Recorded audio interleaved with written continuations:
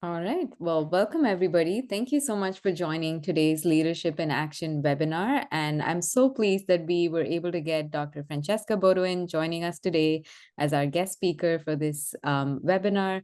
I've had the privilege of working closely with Francesca for quite some time now, and she's just such a wonderful colleague to work with. And I'm glad to see that we can have a conversation to get to know a little bit more candid information about her path in public health. And just to give you all a brief introduction about her, Dr. Bodwin is a board certified practicing emergency physician and a clinical epidemiologist with expertise in opioid use disorders and adverse post traumatic health outcomes, particularly pain and substance use.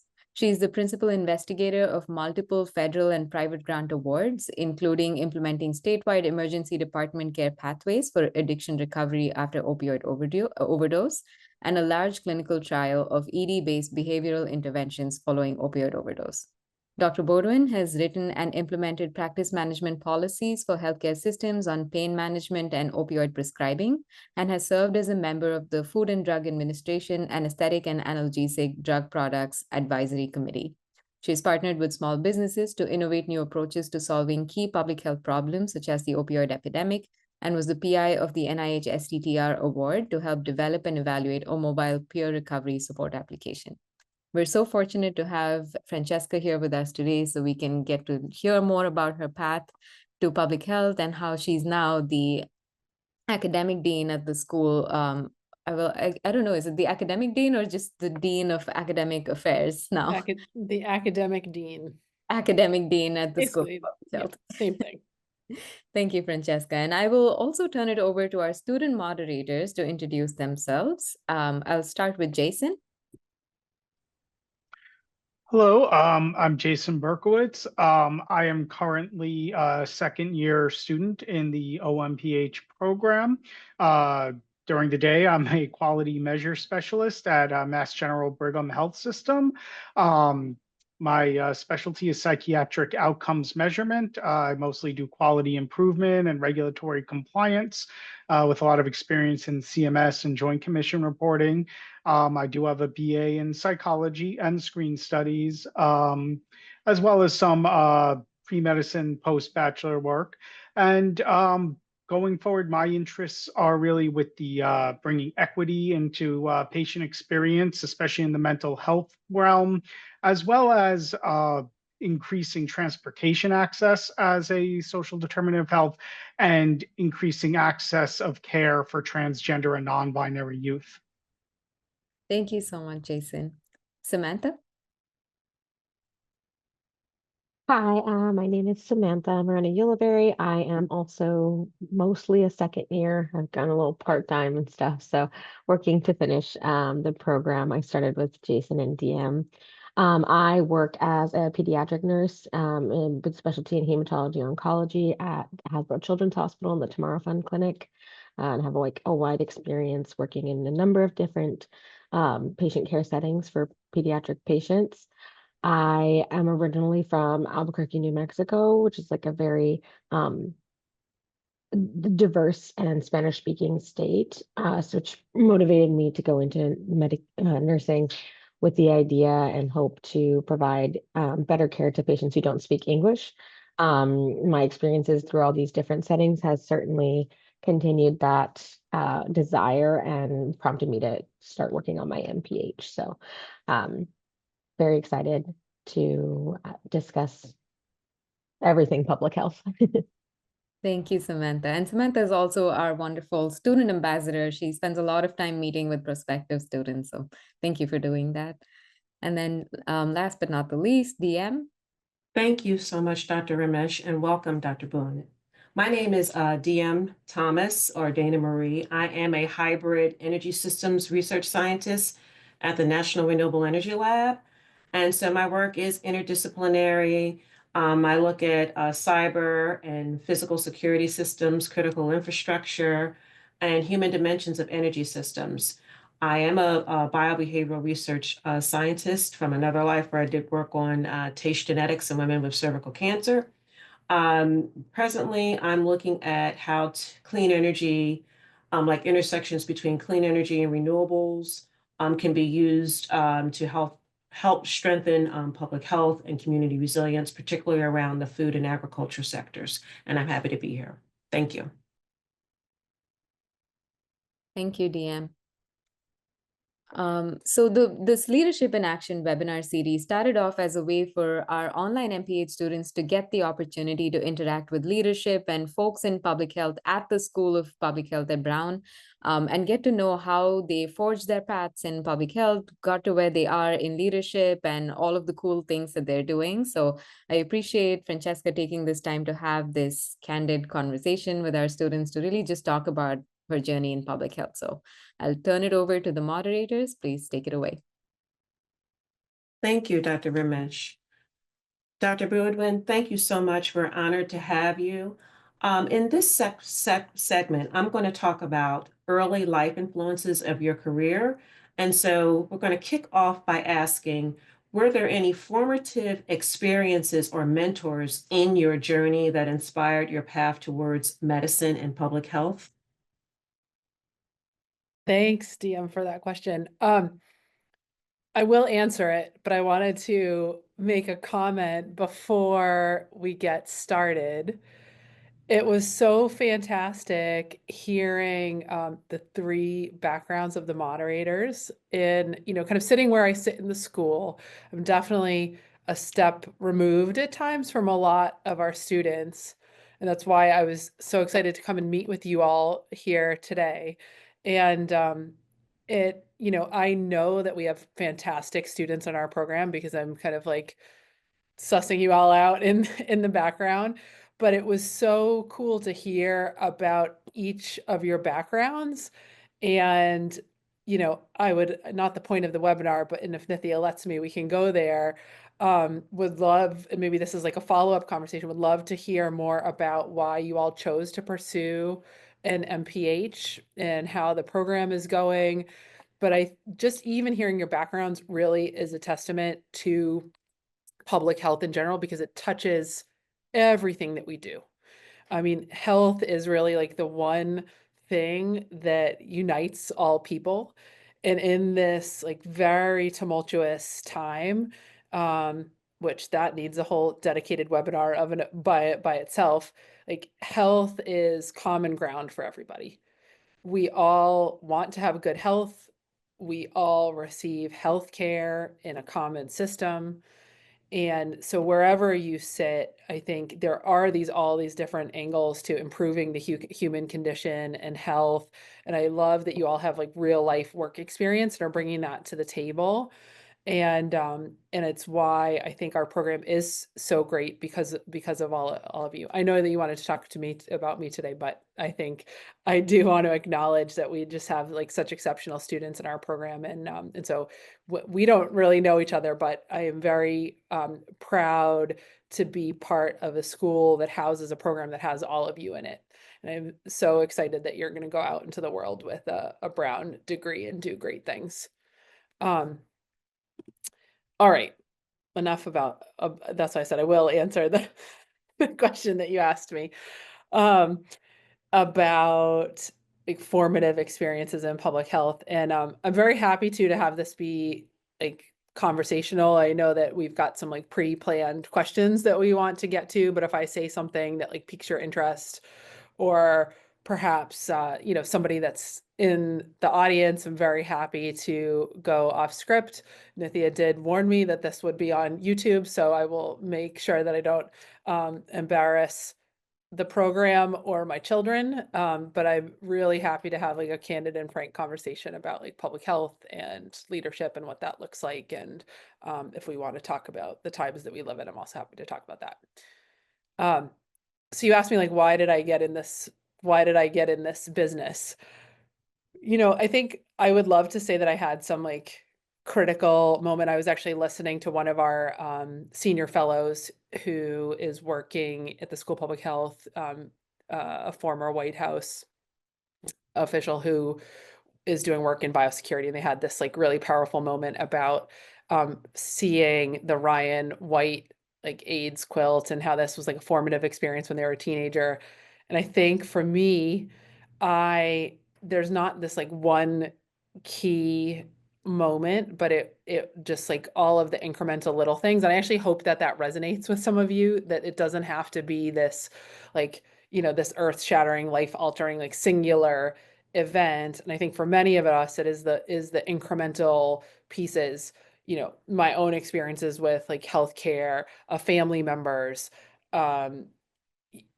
past training in public health, things that I experienced as a medical student, and then later as a resident, and then later during research training.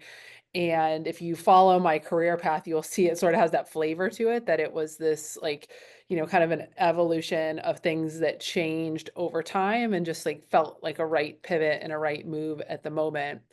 Like big picture speaking, as Nithya said, I'm trained as an ER doc, an emergency physician. And like that piece of me is very much like focused on an individual patient doing things that have like immediate action and maybe like an instant gratification piece, not always for the patients, but what I mean to say is, it's this won't appeal to everybody, but it's like gratifying to have somebody that comes in with an abscess and to drain pus out of something, and like you fix it and there's immediate fix in the moment, and there's like a clear action and an outcome, versus research in public health, which is definitely this like, it is a long game and is doing things on a much bigger scale and at a population level, and having impact that isn't always visible. And so it's been really fun for me to have these two, what appear like polar opposite parts of my career and life, where there's things like in the moment at the individual level, and then there's this like very high level, big picture things, which have, take years maybe to accomplish or move the needle, or a small piece of a bigger puzzle. And that piece, I think, has led to a lot of like career satisfaction of having multiple different things and different angles to work on and to get at, through address human health. Thank you, Doctor. Well, thank you. And so we'll talk about my background and how I flipped over into public health through the energy sector. But basically, long story short, I live in Florida and we have a lot of disruptive events. So we're without power. And so that made me understand how important energy was to health, because when you have individuals that have like medical devices, just the power is out, that made me want to think with underserved populations, how important energy was. So that's how I moved into the energy sector. So that shapes my next question about the interdisciplinarian lens that you have been able to apply to your career. So my question is, how did your academic journey shape your approach to interdisciplinarian public health work? And if you had any pivotal moments that steered you towards clinical epidemiology.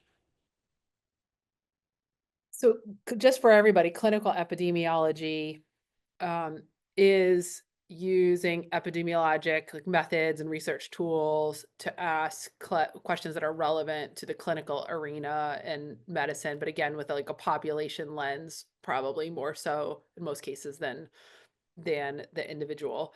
For me, my work in emergency medicine really shaped a lot of my future career path and research. And it was seeing, really truly the opioid epidemic take off right in front of my eyes. I mean, when I started working clinically in emergency medicine in 2006, that's when I started residency, and I finished in 2010. We were really just starting to see this huge surge in prescribing of prescription pain medicines. It is the time there was a big push at a large kind of administrative scale to prescribe pain medicines. Pain was heralded as the fifth vital sign. All Americans should have a right to be pain-free. At the peak of our opioid prescribing around between 2000 around 2012, we were prescribing enough opioids to give every man, woman, and child in this country enough Vicodin to take like one pill every 4 hours for a month. Like just kind of wrap your head around that. We're doing a lot better not just. And actually at that point in time, that is what drove a lot of my interest in pain management. It's how I got involved with the FDA. It drove a lot of my early research agenda. And then there was the shift. It wasn't abrupt, but it sure was powerful over the next decade and now more.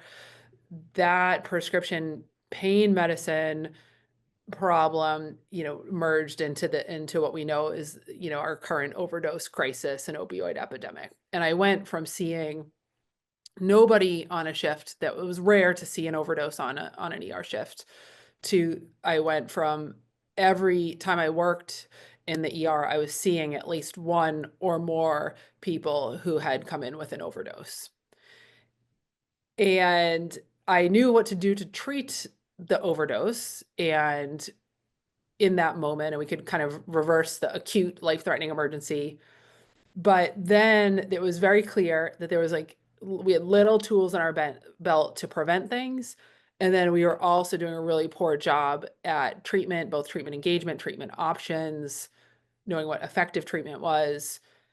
And that is what really drove my research path and career, to be able to do something about it, because I knew, I had the skills to do something about that person in the moment and then reversing their overdose. But I felt very helpless with this huge public health problem. And I actually ended up going back to school. I was out as a practicing physician, and I went back just as you all are in this program. You are all came from the real life work environment, and you felt this need to get additional training. And I did a similar thing. And I actually started off also in a master's program, and it just really whet my appetite to go and get additional skills that I didn't have in my current professional job, and that I didn't get in medical school and being a physician. And so I went back and did my PhD in epidemiology as I was out in practice. And so I definitely sympathize with many of you who are juggling working, family, all these other life demands, because I had this desire to get additional skills that could help me do the work that I felt was really important. And I do think that in our online program, you all are in a different kind of place and space than a lot of our in-person MPH students, because many of them are at different points in their careers. And that's why I think our online program is particularly special, because we are helping you elevate your current work, current interests, current impact. And I actually kind of had a similar path and similar story. So the interests were fueled by the opioid epidemic, but then I had this, kind of a long road to get these additional skills to do something about it. And now kind of where I'm at now is the culmination of all of that, of both experience and experiential training. Thank you. I'll be very brief. If you've had such a unique path bridging clinical and your research skills and expertise, doctor, what's one or two things that you would give yourself in terms of advice when you first started applying to graduate or medical school? I think when I was applying to medical school, and then grad school part 2 was maybe a little bit different, but I think the younger version of myself, a couple of things, I think there was definitely a lack of confidence that I could get it done. At some point, I definitely thought I wasn't going to get into medical school or graduate school. And truly, persistence is the name of the game. I feel very fortunate that I got into medical school and it all worked out. But had that not happened, what was, I think it would have been really important to just try again. If it's important, figure out a way to make it work. And I don't know that I, as a 20-something-year-old, I had that maturity to know that piece. And then the other thing is, I for a long time felt like I had gotten a lot of advice in time management, that everything had to be compartmentalized. When you're at school, be locked in and focused at school. When you're working, just it's all about work. When you're at home with family, it's all about family, and carve out these buckets and don't let things permeate or violate the different buckets of time. And for me, that just totally doesn't work. Nithya knows I've probably spoken to her when my kids are like playing lacrosse on the side of the field. I'm like definitely picking off emails at 10 o'clock at night or getting things done. And so I think there isn't this one size fits all to kind of life and career management. And for me, it's easier to juggle a lot of balls if I let there be a little bit more ebb and flow to my workday. I'm fortunate to be in a career that allows for that I can decide to have the flexibility to maybe leave work a little bit early and do work a little bit later and answer some calls on the weekends so that I can do something else during the weekday. But I think just being more creative and efficient about time, and also not, figuring out what works for you and not allowing somebody else to like impose kind of their values, what works for them, their time management, and everybody's different. And I think this is particularly important for people who are juggling a lot of things. Like, some of you probably may have, have partners, have kids, working one, maybe two jobs, and you need to figure out what works for you to get it all done and to be happy. Thank you, Doctor. Now I'm going to turn it over to Jason.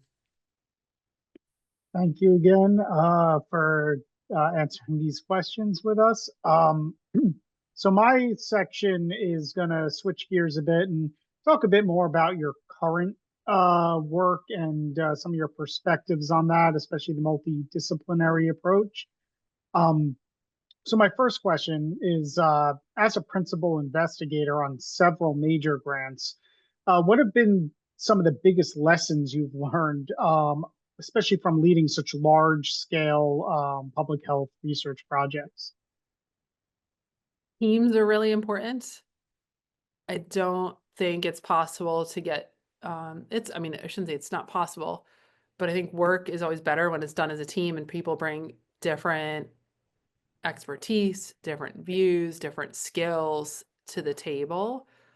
Almost all of my grants that I've had in the past, and it might even, certainly all of my major federal grants are done with another person. So the lead of a grant is called a principal investigator. When there's more than one, it's called a multi-PI grant, a multiple principal investigator grant. All of my grants are multiple principal investigator grants, and I think it makes for better science when people are bringing things to the table. In academia, I think there's this inclination, and I think pressure, and something baked in the system to like, you have to be the one that takes credit. You have to be the one to like lead the project. You have to be the headliner. And it really is counterproductive to team science and collaborative science. So I think one message is to kind of like try and put egos aside and figure out what works and who's doing what. So I think, multidisciplinary, so people from different backgrounds it's important, critical. And kind of building off that, that you've collaborated with both government and private organizations on some of your opioid policy and intervention work. With working with these various stakeholders, what strategies have helped you to gain buy-in and build trust among such different and diverse groups of stakeholders? Yeah, this is a good question. I'm going to start again.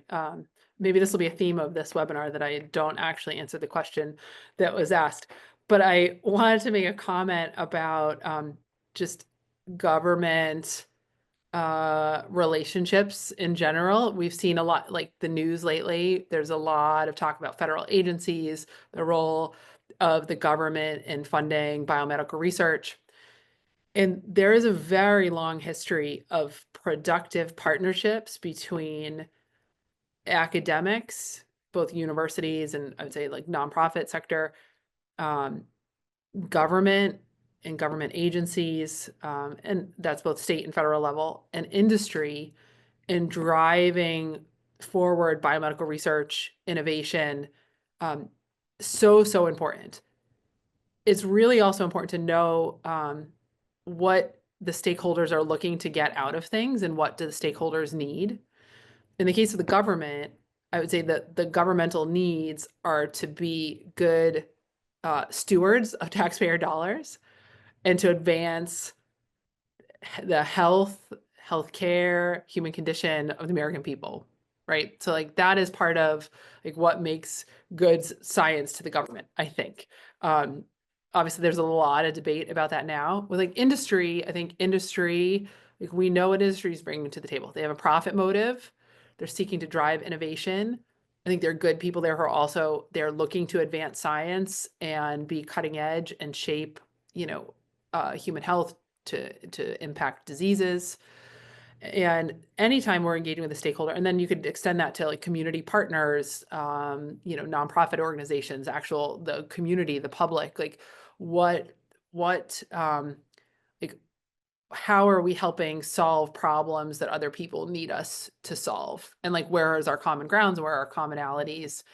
And I think, just being a good team player, it goes like a really long way. I think that's a theme of life probably.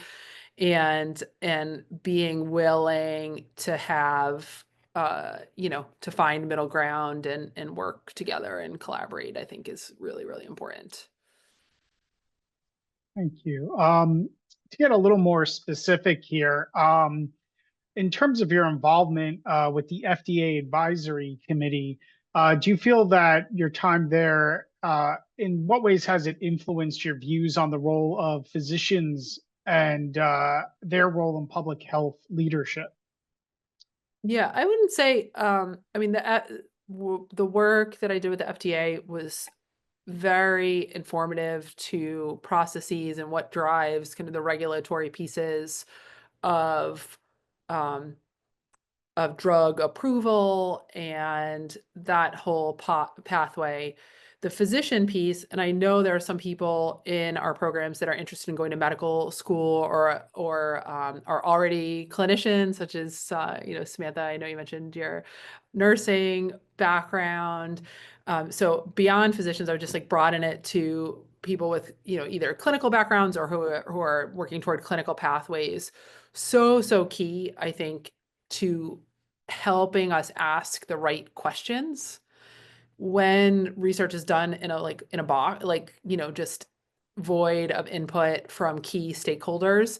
Then I think sometimes we just don't ask the right questions, and clinicians are a key group of stakeholders. So just like seeing what is happening on the ground, in tandem with the patient community or public, if it's, I think both groups really, really important, but it's all about like getting the questions right, because if we're not asking the right questions, then we are not going to move the needle on practice and policy. Right. And so Samantha will now ask a few more questions. Hi, and I think this question fits very well based on what I was thinking from your initial kind of talking about what got you into public health. I think I had always had it in the back of my head as something that was interesting, but experiencing, unfortunately, the similar problems throughout multiple different locations kind of reignited my interest in wanting to do something on a bigger scale about it, as opposed to just screaming into the void every shift. So in your view, what qualities are most essential for emerging leaders in public health, especially those that are working at the intersection of clinical care and policy? I think being nimble and adaptable. Public health problems are changing all the time, and so being able to recognize what are new and emerging problems and taking your skill sets to adapt to scenarios that might evolve. I think obviously COVID is a very recent, powerful example of that. The only way that we could address the pandemic in real time is that this was like a new entity, and literally the virus itself being new, but also dealing to a pandemic and, I think, almost the entire population's lifetime, there was not an equivalent event. So we had to take our public health skills and thinking caps and be ready and willing to pivot in real time. And I think some people did that better than others. But you saw that across all, we're talking about the kind of the relationships between academia, the government, the industry sector, and everybody. It became this like all hands on deck thing. so I would say to the, broadly, your skills are portable and they're adaptable, and like keep an open mind of how you can use those things and apply them. Two, your degree will be the kind of the foundation of your training, but this is like ongoing lifelong learning. And so you will need to continue to seek out new skills, be it like through workshops and things that might be more formal feeling, but also learning from peers, continuing to read journals and the evidence, and continue scanning the landscape. And then I think we all need to like figure out some of these other skills that I think we're trying to give you as part of your program, but how to be effective communicators, how to translate information in a way that informs policy and practice. And then lastly, I think for those that are interested in leadership positions, continue to seek out active opportunities to hone your leadership skills. This is, we're starting to introduce leadership training in our curricula, but this is not something that's traditionally baked into academia, right? Like, I'm sure when all of you went to college, like you didn't partake in like leadership training activities. And so it is, so there is like a set of, I just think, inherent like personality characteristics which gravitate toward leadership and administration. But then there are other skills that you actually need to seek out and work on. And if those things are of interest to you, find opportunities to work on your leadership skills, both kind of in training settings, but also through the type of opportunities that you seek out. And just to kind of clarify that, because this is the role I'm coming from, but do you think that that is across the board for people that come from the clinical space, or like, clinicians that are already working within that part of the field? Is it just the same across the board, or is that for more of a general, like if you're going straight to being a public health I mean, I was giving person? some general advice. I think if, in the clinical arena, like, are you interested in, I don't know if you mind me putting you on the spot. If you're seeking out additional leadership experience as, a clinician, or looking to, utilize your clinical degree in public health, um, public health degree, is that, I don't know, do you have more information or? I guess I'm just trying to parse out if it's a little bit different. I feel like it's going through this course, or all my courses, like it has been much more focused to like, oh, you're going to be a public health practitioner and you're going to go full public health, and that's not necessarily what I am aiming to do. I want to, not that I don't want to do that, but I also don't want to stop being a nurse, and I don't want to stop being involved in patient care. And so just trying to see if there's like, is that's the same approach coming from that scope, or if there's any specific things Yeah, I mean, I that think you it gave think for us some clinicians. pretty, like, I mean, those type of takeaways are pretty generic, and like generic pieces of advice. But I think that like knowing that you want to stay, and I think this applies probably to people that want to stay in their current like professional environments, but utilize their public health degree. I think you have like a unique advantage in some way. Now you've got these two different lenses that you can see the world. And even, let's say, I'm totally making this up, but like you want to continue your clinical nursing degree, but now you're actually going to think about like program implementation in your hospital, and maybe it's like along the lines of infection control, or you're going to work with your like hospital's epidemiology group to improve certain practices. And so there are things from your like public health degree that are totally portable. And this is kind of this first point about like using your skills to be nimble to the problem. Like maybe actually now you're going to go and you're going to do like quality management in your hospital, because you know how to evaluate programs, and you know how to evaluate outcomes, and you know how to collect data in a good way. Now you know how to disseminate information. So we didn't train you to be like a quality control officer at a hospital, but all the skills you're getting out of your MPH degree combined with your clinical background, you're using your degree in a way that like maybe is a little bit different than having like a terminal applied public health degree, but not really.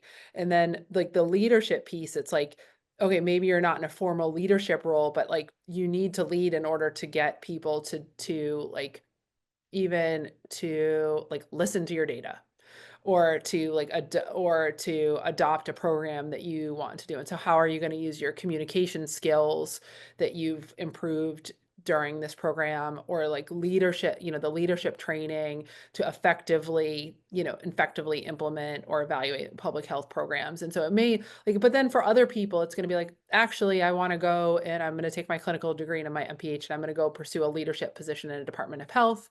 And I actually need more administrative skills and things like that.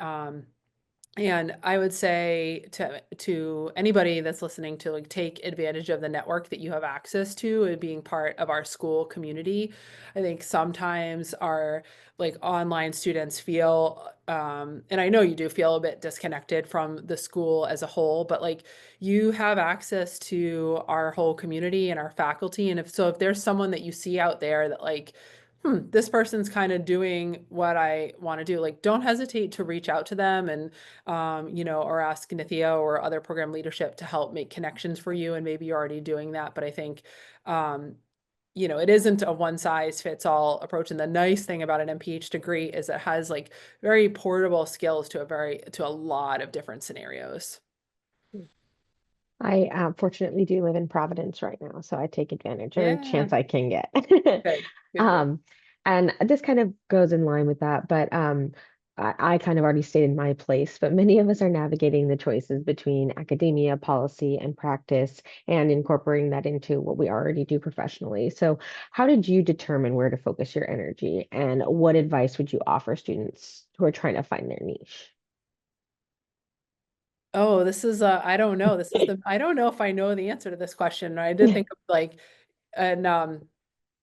and full transparency to those that are listening, I did look at the questions ahead of time. And even when I saw this one, I was like, how did this happen? And I think sometimes we think that when we make career decisions that it's terminal decision and you're locked in for the rest of your life. And early on, I tried to move away from that and to do in some ways what felt important at the time. And so my career has evolved and changed over periods of time, where I went from working, as a full-time clinician physician to now I am actually mostly doing leadership and administration and a little bit of clinical work, just a half a day a week now, and I still have some large research grants. And I couldn't have said 5 years ago, even, I don't know that I would have, if you had asked me to say what I would be doing at this moment in time today, this is not the picture I would have painted. So being flexible and not being afraid to take chances and make pivots in your career is okay. And the fact that all of you have decided to come back to school is already testimony to that you made that choice, because I think that's hard for a lot of people, right? It's easy, change is hard. It's easy to stay where we are. And I think it's okay to take risks and chances and pivot, and know that you all have really strong backgrounds in in this training, and you will land on your feet, and there's flexibility, and so being willing to make moves, sometimes taking on some risk is a good thing because it opens up opportunity. That's really good to hear for me personally. As I'm sure you know and understand, nursing is so versatile. And while I've largely stayed in pediatrics, I've had kind of the gamut of experiences, and I've had some hesitancy to, especially when I started travel nursing after the pandemic, but kind of knowing that sounds like a similar way of handling public health as different issues that come before is reassuring. I have a little bit of experience with that. Do you have any specific advice for students and early career professionals who want to tackle complex health issues such that that of the opioid epidemic in innovative ways, or just tackling them at all?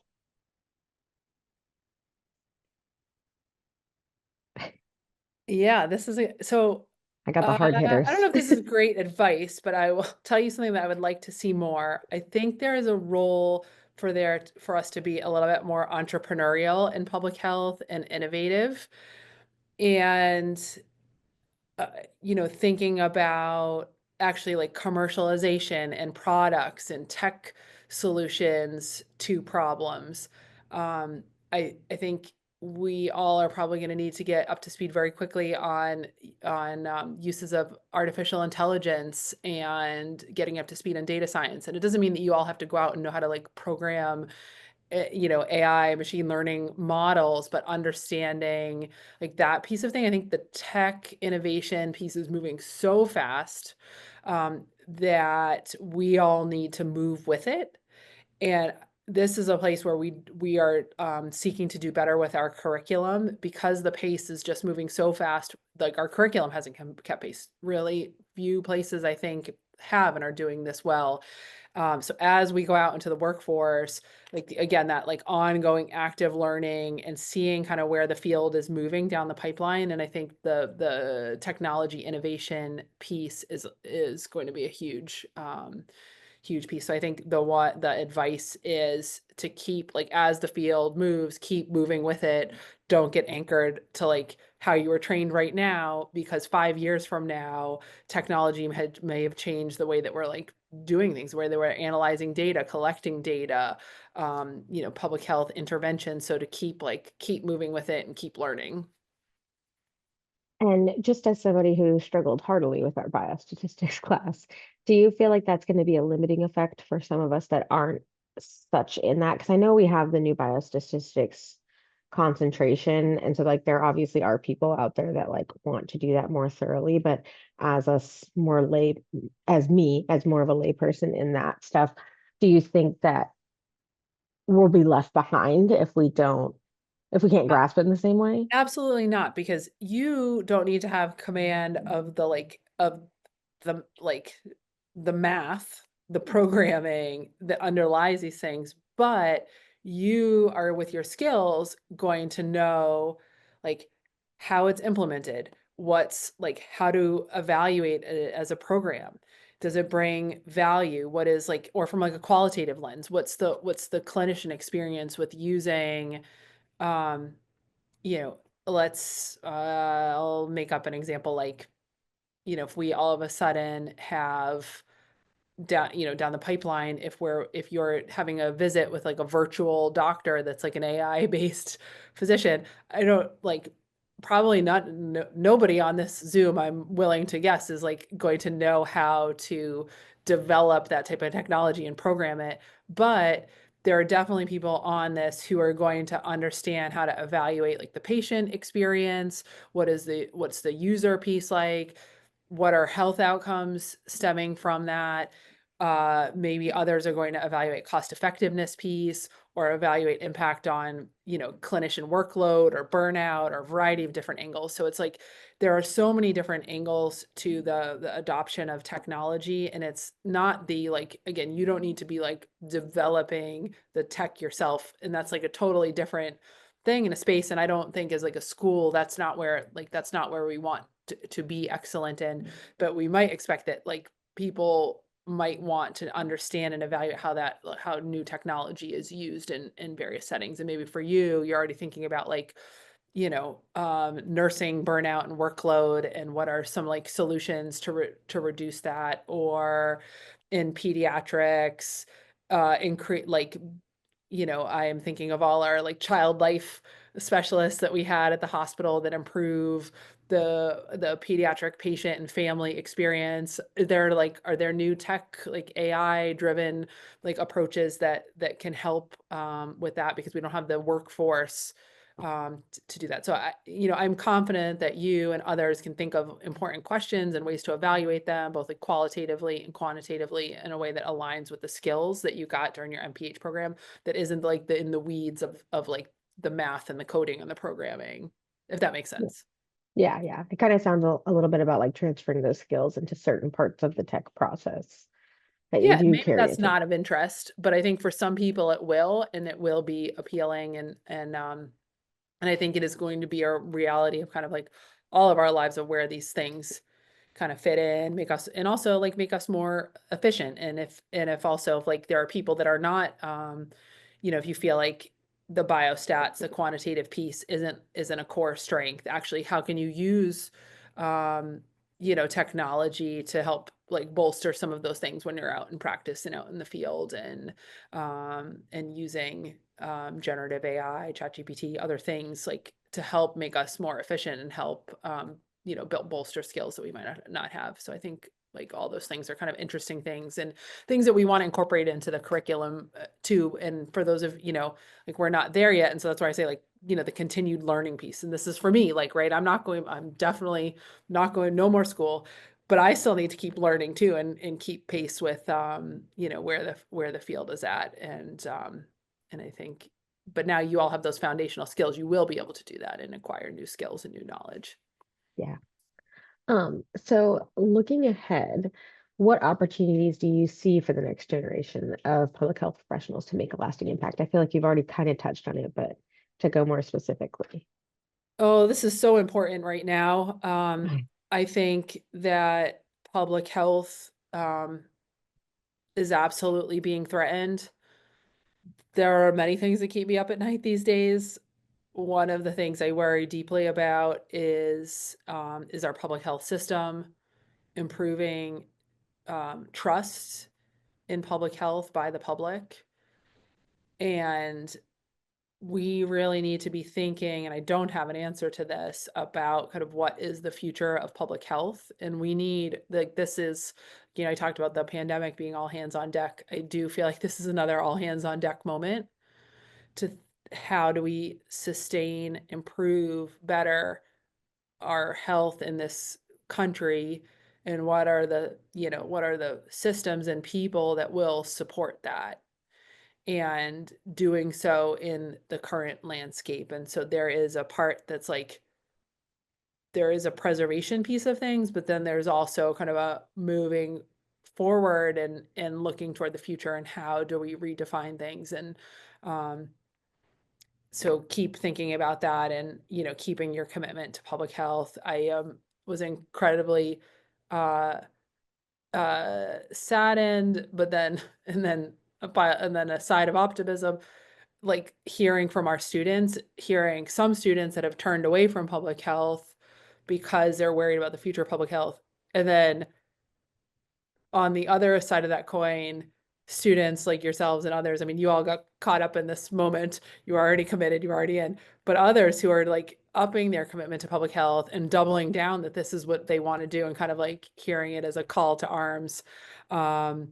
And just making sure that we like preserve and train our future workforce in all of these sectors, like everything that you all are doing. So I think there is like all the reason to be optimistic and excited. We have a lot of job security in some ways, but we're going to need to be creative about it and respond to this challenge. And we need a lot of smart people like yourselves thinking about it.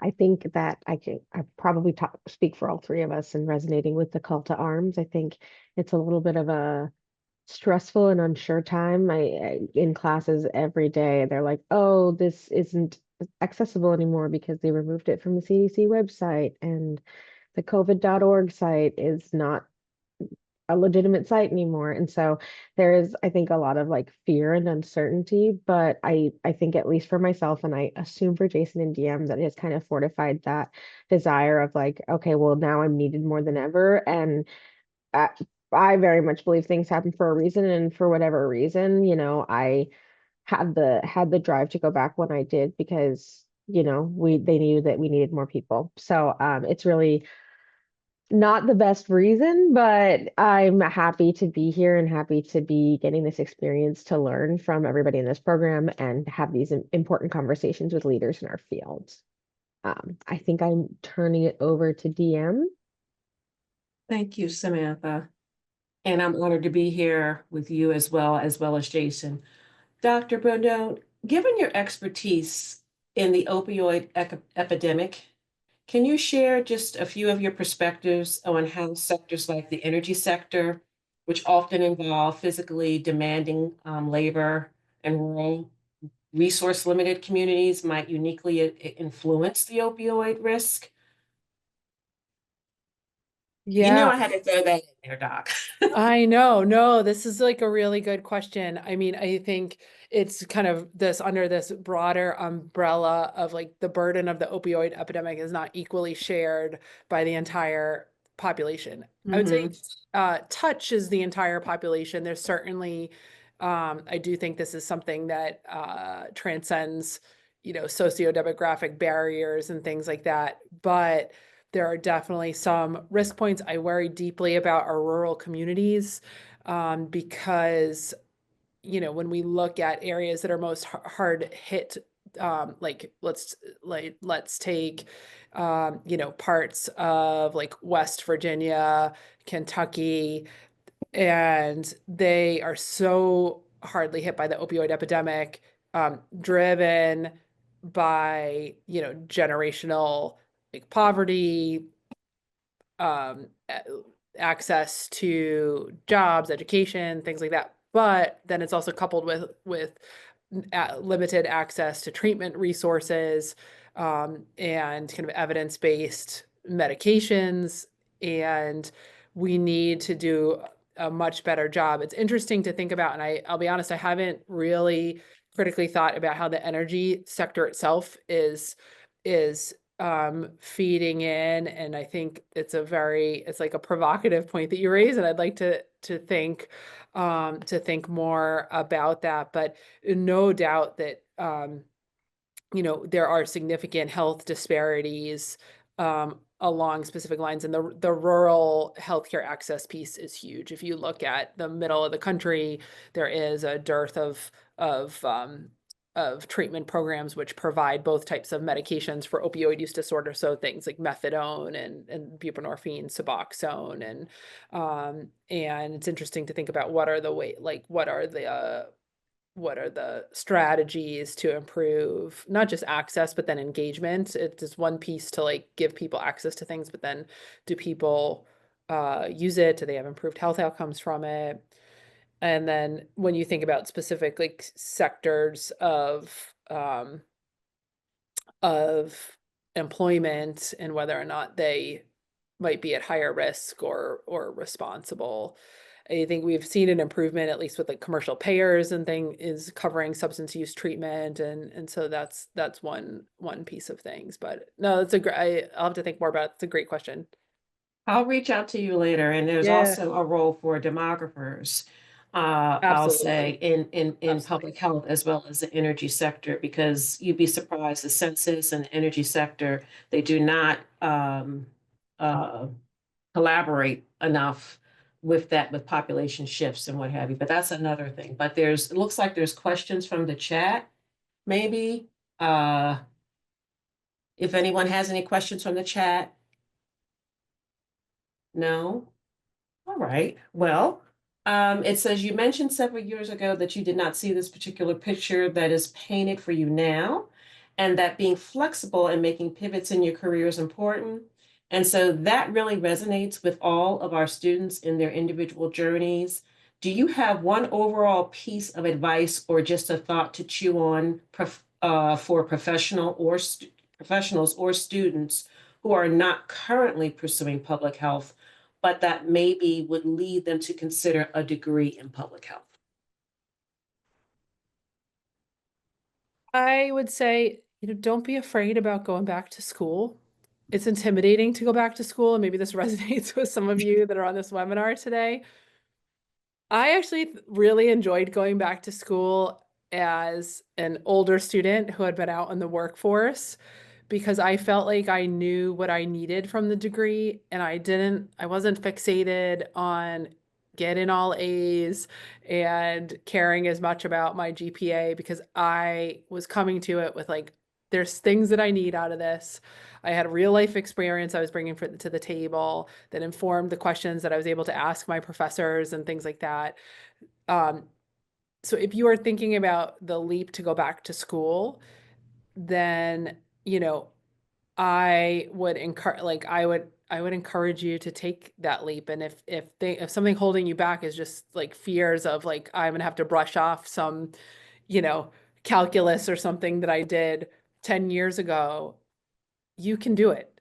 And we will provide you with the skills. And then the other, thing that we're working as a program is, we realize that the cost of higher education is a lot. And so we are continually thinking about ways that we can make public health and public health training more accessible and affordable to people. And I think that resonates with me a lot. I know that cost is a big driver. And so we want to work with students on that. And if it's like a fear of being an older professional student, like, go for it. That should not be the limiter. I think somebody had a hand up, and then somebody asked if I'm accepting interns. I am not currently taking on new students, but that does change. My research group that I work with, the People, Place, and Health Collective, I'll try and put it in the chat. We have like a form where you can, if you're an interested student, submit your information. And we always have a variety of research projects that are ongoing and available. So I'll see if I can find that and throw that in the chat. And I think Michelle's hand was up. Hi, good afternoon. Thank you so much. My name is Michelle Borjas. I'm a first-year OMPH. I'm currently in a leadership class that's about to end next week. So very excited about that. Awesome. So my question is, how do you ensure cross-functional collaboration, like between the public health school and other departments at Brown? Like, my interest is really predictive analytics in primary prevention. So I'm really looking for a path that way. Thank you for your time. Yeah, super interesting topic. I love it. And I think, Brown, what's one really great thing about Brown is that people really are friendly and open to collaboration. Sometimes it does take a little bit of trial and error and trying to make the match for the best team. But based on when you're describing, it really is something that's going to require an interdisciplinary mentorship team. When I'm hearing predictive analytics, I'm thinking about, you're probably interested in using like electronic health record data or something that's embedded in the EHR. For you specifically, it might be interesting for you to reach out to and make contact with Rebecca Hubbard, who's one of our biostatistics faculty. She just came from Penn. She has a lot of expertise in EHR. And she herself may be like too busy to take on another student, but like then it starts the process, like the dominoes of making connections. And she's like, well, no, but I have this, a junior faculty that I'm working with, or, can put you in touch with a postdoc that you might be able to collaborate with. And then the primary care piece, I would think you would want to make contact with, somebody in a primary care setting, maybe somebody at the hospital, maybe somebody at one of the federally qualified health centers.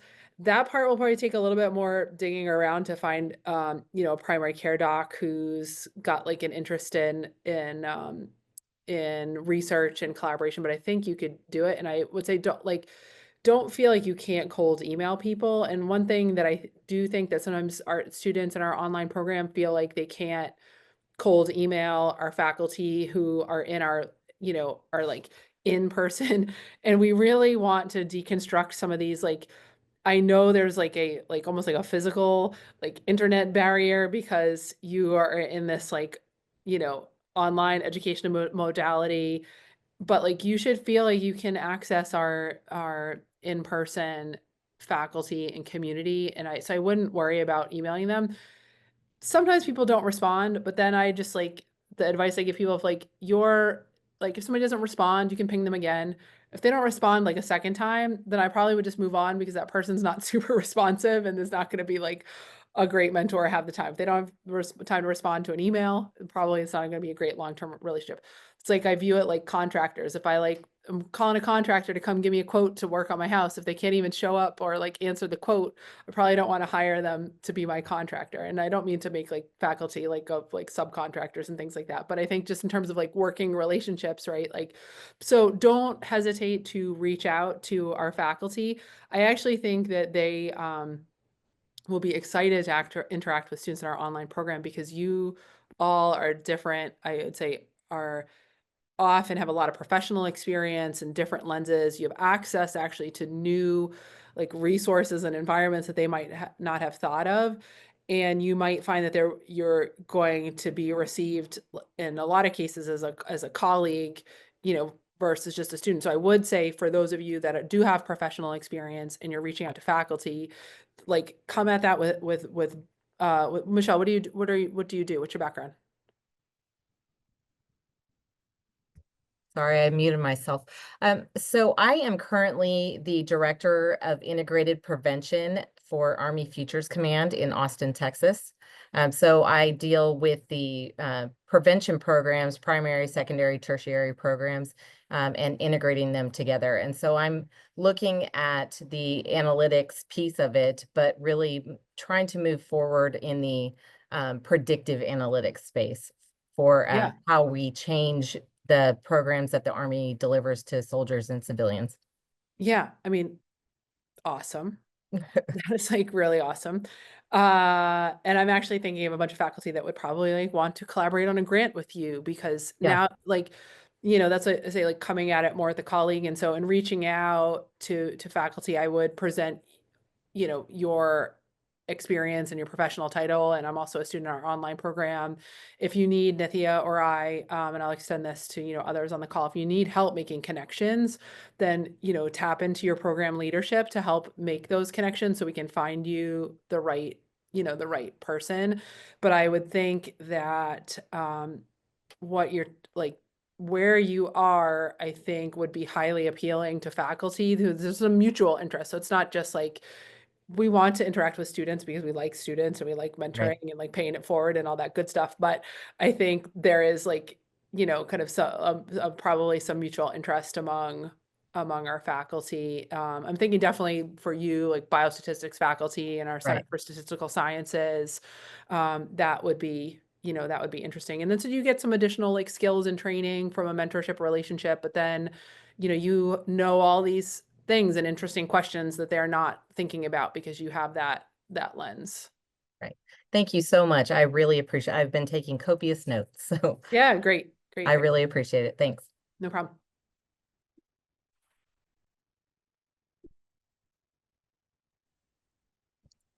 Hi, so Dr. Bowden, we've actually gone over a few minutes. This is actually my favorite conversation to have. It means that we've had a really good talk. We could ask you questions for hours, and I know we had a couple more in the chat going here, but we're going to have to close off for today. Thank you so much. This was an absolutely incredible webinar, and I know that our students got so much out of it. Thank you so much to our student moderators as well. And we're definitely going to have you back. We do have more questions for you, so we'll have to put something else on the calendar, but thank you. Yeah, great. So great to meet some of you and stay in touch. And I look forward to getting to know more people that I didn't get to talk to today. Thank you. Have a nice night, everyone. Thanks. Thanks.